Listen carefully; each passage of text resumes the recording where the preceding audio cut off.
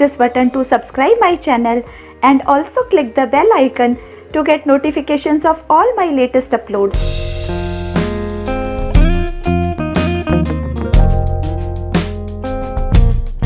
Hello बच्चों, welcome back. आप सभी का इस वीडियो में स्वागत है। आज इस वीडियो में हम यूक्लिड्स ज्योमेट्री चैप्टर की एक्सरसाइज 5.1 डिस्कस करेंगे। इससे पहले मैंने यूक्लिड्स ज्योमेट्री चैप्टर का एक इंट्रोडक्शन वीडियो भी बनाया है। अगर आपने उसे नहीं देखा है तो आप प्लेलिस्ट में जाकर देख सकते हैं। तो आइए करते हैं exercise 5.1। Exercise 5.1 question number 1। Which of the following statements are true and which are false? Also give reasons for your answers. Part 1. Only one line can pass through a single point. एक point से सिर्फ एक ही line पास हो सकती है. So this statement is false. हमने पहले सीखा है एक पॉइंट से infinite number of lines पास हो सकती हैं. Infinitely many lines can pass through a point in different directions. Part 2. There are infinite number of lines which pass through two distinct points. This is also false. From two distinct points only one line can pass. आप देख सकते हैं point 1 and point 2 इन दोनों point से सिर्फ एक ही line पास हो सकती है। Part 3 a terminated line can be produced indefinitely on both sides. आप देख सकते हैं ये एक टर्मिनेटेड लाइन है, इसको हम किसी भी डायरेक्शन में एक्सटेंड कर सकते हैं। So this is true. A terminated line or line segment can be produced indefinitely on both sides to give a line. Part 4. If two circles are equal, then their radii are equal. This is true because two circles of equal area, that is equal circles, will have the same radius from the relation pi r square. So, if two circles are equal, means their areas are equal, then their radii will also be equal. Part 5. In figure 5.9, this is the figure 5.9. If AB is equal to PQ, and PQ is equal to XY, then AB is equal to XY. आपको given है AB is equal to PQ. So this line segment is equal to this line segment. And it is also given that PQ is equal to XY. This line segment is also equal to this line segment. Then AB is equal to XY. हमें दिया है AB PQ के equal है और PQ XY के equal है. So AB and XY भी equal होंगे. It is true from the axiom that if two things are separately equal to a third thing, then they are equal to each other. चलिए आगे करते हैं. Question number 2. Give a definition for each of the following terms. Are there other terms that need to be defined first? What are they and how might you define them? Part 1. Parallel lines. इस question में हमें कुछ words दिए हैं, जैसे कि पहला parallel lines, हमें इनकी डेफिनेशन बतानी है और उस डेफिनेशन में जो अनडिफाइंड टर्म्स यूज किए हैं हमें उन टर्म्स को भी बताना है और उन्हें डिफाइन भी करना है। तो चलिए सबसे पहले स्टार्ट करते हैं पैरेलल लाइंस की डेफिनेशन से। Two straight lines which have no point in common are said to be parallel to each other.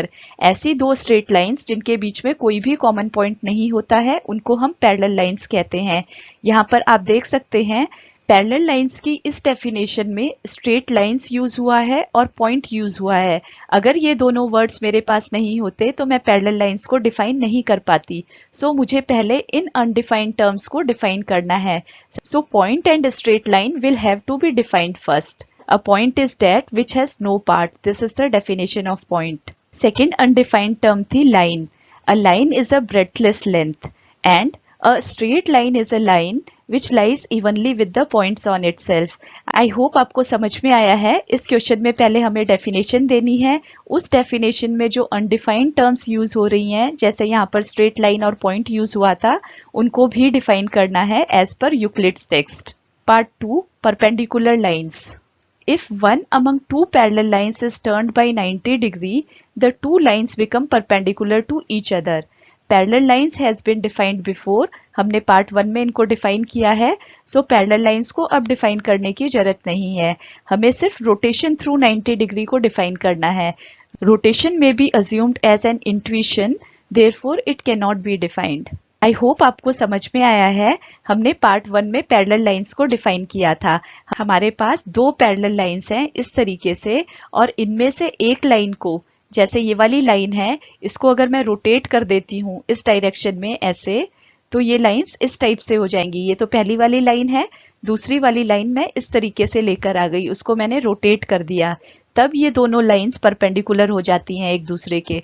इस डेफिनेशन में पैरेलल लाइंस जो वर्ड है वो हम पहले ही डिफाइन कर चुके हैं, सो उसको हमें डिफाइन नहीं करना है। फिर हमने वर्ड यूज किया था rotation through 90 degree. Rotation through 90 degree एक इंट्यूशन है, हमें पता है कि हमें उसे 90 डिग्रीज रोटेट करना है, सो इसको अब डिफाइन करने की जरूरत नहीं है। चलिए नेक्स्ट डेफिनेशन करते हैं। Part 3, line segment. So let us define line segment now. A line with two endpoints is a line segment. This is the definition of line segment. And in this definition, the word line and the word point, these need to be defined. I have already defined line and point in part 1, so need not define again. Let us do part 4 now. Part 4, radius of a circle. The line segment with one endpoint at the center and the other at any point on the circle is called radius of the circle. इस definition में भी आप देख सकते हैं centre जो word है ये अनडिफाइंड है, इसको हमें पहले डिफाइन करना पड़ेगा। Centre may be defined as a point inside the circle which is at same distance from all points on the circle. आप देख सकते हैं ये मैंने एक सर्कल बनाई है, ये इसका सेंटर है। सर्कल पे जितने भी पॉइंट्स हैं उन सभी पॉइंट से ये इक्विडिस्टेंट है। इसको इस तरीके से हम सेंटर को डिफाइन करेंगे। नेक्स्ट आता है square. A quadrilateral with all sides equal and all angles right angles is a square. अब स्क्वायर की इस डेफिनेशन में जो अनडिफाइंड टर्म है वो हमें बताना है। यहाँ पर क्वाड्रिलेटरल वर्ड अनडिफाइंड है, सो हम क्वाड्रिलेटरल को डिफाइन करेंगे। अ quadrilateral is a figure with 4 sides. तो यहाँ पर मैंने एक 4 साइड की फिगर बनाई है, ये क्वाड्रिलेटरल है। क्वाड्रिलेटरल जिसकी सारी साइड्स इक्वल होती हैं, अगर ये साइड, ये वाली साइड और ये साइड, ये चारों इक्वल होंगी तब हम इसको स्क्वायर कहेंगे, और इसमें सारे एंगल्स भी राइट एंगल होने चाहिए। Figure, side and angle, in words को हम अज्यूम करके चल रहे हैं कि हमें पहले से पता है। Question number 3. Consider two postulates given below. First postulate, given any two distinct points A and B, there exists a third point C, which is in between A and B. Postulate second, there exist at least 3 points that are not on the same line. Do these postulates contain any undefined terms? Are these postulates consistent? Do they follow from Euclid's postulates? Explain. तो चलिए सबसे पहले इन दो postulates में से undefined terms बताते हैं। क्या इसमें अनडिफाइंड टर्म है? तो आप देख सकते हैं पोस्टुलेट 1 में given any two distinct points A and B, there exist a third point C which is in between A and B। यहाँ पर पॉइंट वर्ड हम पहले से ही डिफाइन कर चुके हैं, हमारे पास in between A and B ये एक नई टर्म आई है। सो पोस्टुलेट 1 में अनडिफाइंड टर्म है इन between A and B। A and B को हम अनडिफाइंड ही रहने देते हैं क्योंकि ये ज्योमेट्रिक इंट्यूशन है। फिर क्वेश्चन था, are these postulates consistent? So the answer to this question is yes, the postulates are consistent. ये consistent है। They do not contradict each other. ये एक दूसरे को contradict भी नहीं करते हैं। एक बार दोबारा से postulate समझ लेते हैं। Given any two distinct points A and B, there exists a third point C, which is in between A and B. हमारे पास दो points हैं A and B, तो उनके बीच में कोई ना कोई पॉइंट C जरूर होगा जो इन दोनों के बीच में आता है। इसी तरह से दूसरा पोस्टुलेट था, there exist at least 3 points that are not on the same line. कम से कम 3 पॉइंट ऐसे होंगे जो कि उस लाइन पर नहीं होंगे। तो आप समझ सकते हैं अगर ये एक स्ट्रेट लाइन है, इसके दो and points A and B हैं, तो इसके बीच के सारे जो पॉइंट्स हैं वो इन बिटवीन A एंड B हैं। और पोस्टुलेट 2 कहता है हमारे पास 3 पॉइंट्स हैं, जैसे ये 2 मैंने लिया और एक मैंने इस लाइन से अलग लिया। सो देयर एग्जिस्ट 3 पॉइंट्स, कम से कम 3 पॉइंट्स की जरूरत होगी जो कि उस लाइन पर नहीं होंगे। इसी क्वेश्चन में आगे हमसे पूछा था, do they follow from Euclid's postulates? Explain. ये दोनों ही यूक्लिड्स पोस्टुलेट्स फॉलो नहीं करते हैं। हमें एक एक्सियोम दिया था, given 2 distinct points there is a unique line that passes through them. इस एक्सियोम को ये दोनों फॉलो करते हैं। अगर आपको थोड़ा सा भी डाउट है तो आप कमेंट करके पूछ सकते हैं, और ऊपर आई बटन आ रहा है जिसमें मैंने आपको लिंक दी है यूक्लिड्स पोस्टुलेट्स और एक्सियोम की, आप उसे भी एक बार पहले देख ले। Question number 4. If a point C lies between 2 points A and B such that AC is equal to BC, then prove that AC is equal to half AB. Explain by drawing the figure. ये मैंने figure बनाई है A B और बीच में मैंने सी लिया है। इसमें हमें गिवन है A C is equal to B C, ये दोनों इक्वल हैं, A C is equal to B C. Also A C plus A C is equal to B C plus A C. इस इक्वेशन के दोनों sides मैंने ए सी add कर दिया। ए सी यहाँ पे पहले से ही था लेफ्ट साइड में, उसमें मैंने ए सी ऐड कर दिया। इसी तरीके से बी सी राइट साइड में था, ये यहाँ पे बी सी है, उसमें भी मैंने ए सी ऐड कर दिया। अगर सेम चीज हम इक्वेलिटी के दोनों साइड ऐड करते हैं तो इक्वेशन बैलेंस्ड रहती है। सो A C plus A C left side में आ गया और B C plus A C right side में आ गया। फिर मैंने ए सी प्लस ए सी कर दिया, इन दोनों को ऐड कर 2AC मैंने यहाँ पर लिख दिया और राइट साइड में है बी सी प्लस ए सी। आप देख सकते हैं फिगर में, ये है ए सी और ये है बी सी। अगर इन दोनों को हम ऐड करेंगे तो हमें लाइन सेगमेंट ए बी मिल जाता है। सो राइट साइड में मैंने ए बी लिख दिया। अब इसमें से हमें ए सी निकालना है। सो इस 2 को हम राइट साइड में लेके जाएंगे, ये डिवाइड में हो जाएगा, यहाँ पर ये आ गया। So A C is equal to half A B, यही हमें प्रूव करना था, हेंस इट इज प्रूव्ड। चलिए अगला करते हैं। Question number 5। In question 4, point C is called the midpoint of the line segment AB. Prove that every line segment has one and only one midpoint. Question number 4 में हमने देखा था एक line segment AB लिया था जिसमें AC और BC equal थे। अगर AC और BC इक्वल थे so AC is equal to half of AB हमने प्रूव किया था।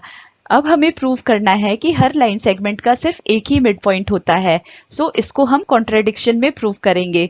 हम सपोज करेंगे कि लाइन सेगमेंट AB के 2 मिड पॉइंट्स हैं, point C and point D। Let there be 2 such midpoints C and D, then from the above theorem AC is equal to half AB. So AC is equal to half AB, ये हमने question number 4 में prove किया था। इसी तरीके से अगर D mid point है तो AD is equal to half AB भी होगा, क्योंकि इस क्वेश्चन में हमने 2 मिड पॉइंट सपोज किए हैं, mid point C and mid point D। So this is equation 1 and this is equation 2. अब इन दोनों इक्वेशंस को आप देखिए, AC is equal to half AB and AD is equal to half AB. इन दोनों equations की right hand side same है, यहाँ पर भी हाफ AB है और यहाँ पर भी हाफ AB है। अगर राइट साइड्स इक्वल हैं तो लेफ्ट साइड्स भी इक्वल होंगी। सो AC is equal to AD, इसको आप फिगर में देख सकते हैं, AC is equal to AD। ये तभी पॉसिबल है जब point C and D coincide करेंगे। कोइंसाइड का मतलब है point C and point D एक ही पॉइंट होंगे। सो मैंने सॉल्यूशन यहाँ पर लिख दी है, but this is possible only if D coincides with C, therefore C is the unique mid point. हमें यही प्रूव करना था कि एक लाइन सेगमेंट का सिर्फ एक ही मिड पॉइंट होता है। सो हमने 2 सपोज किए थे लेकिन हम गलत साबित हो गए। Hence it is proved that a line segment has only one mid point. I hope आपको समझ में आया है। नेक्स्ट क्वेश्चन देखते हैं। Question number 6। In figure 5.10, if AC is equal to BD, then prove that AB is equal to CD. ये figure 5.10 है। इसमें हमें AC is equal to BD दिया हुआ है। ये डिस्टेंस AC और ये डिस्टेंस BD, ये दोनों इक्वल हैं। अब हमें प्रूव करना है AB और CD, ये AB और ये CD भी इक्वल होंगे। Given AC is equal to BD and to prove AB is equal to CD, हमें AC is equal to BD given है और AB is equal to CD prove करना है। AC is equal to AB plus BC, आप figure में देख सकते हैं, ये AC है, this distance AC is equal to AB plus BC, यही मैंने यहाँ पर इक्वेशन 1 में लिखा है।